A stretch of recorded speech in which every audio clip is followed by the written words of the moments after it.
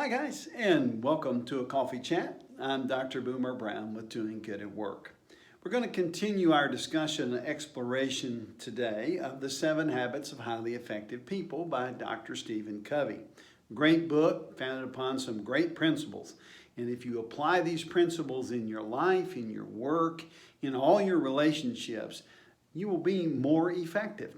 Now, Dr. Covey has given us a model, the circle model. It's a circle, and it's got some parts in here. It's got 7 individual habits, and we move from being very dependent on others to where we are independent. We know ourselves what we're trying to achieve, but we can't do it all by ourselves. We have to have others again, and we call this working together interdependence.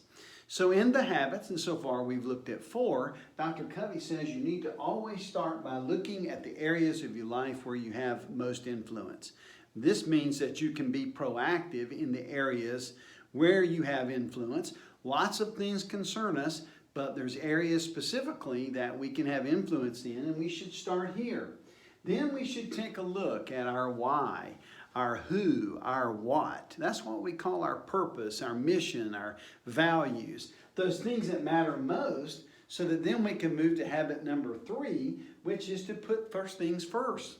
This is where you start lining up all the activities that you do in a day, making sure that you know what the important things are, the big rocks, and making sure that the big rocks get done first before all the little rocks crowd out all the space.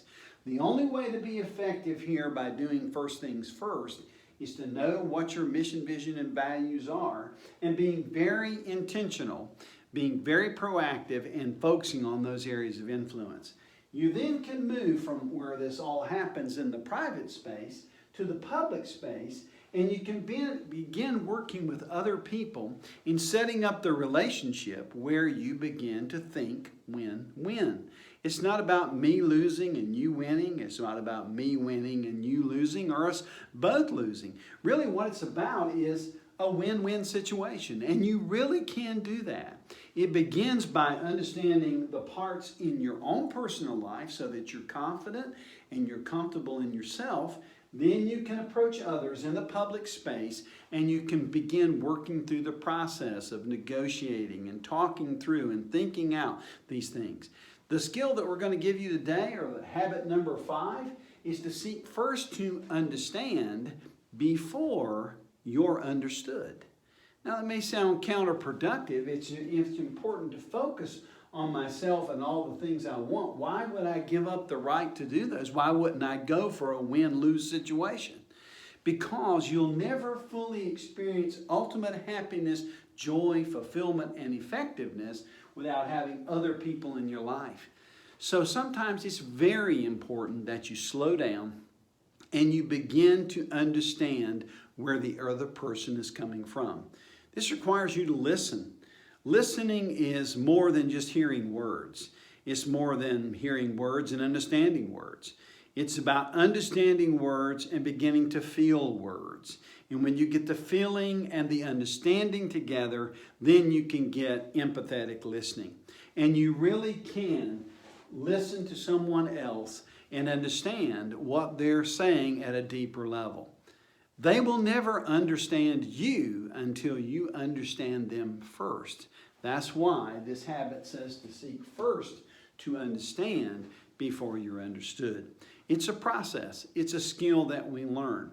Once you're able to hear what they're saying empathetically, and you're able to communicate that back to them, and they feel that they understand, a bond of trust happens in the relationship. And then they're willing to listen to you.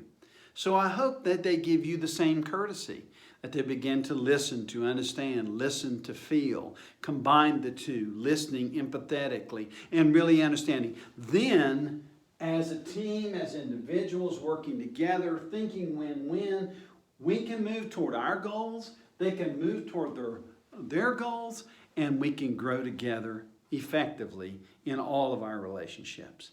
Well, that's what I've got for you today, but if you'll come back next week, we'll go into habit number 6. We've only got 2 left. So thanks for meeting me here for a coffee chat, and as always, I look forward to seeing you next week on a coffee chat.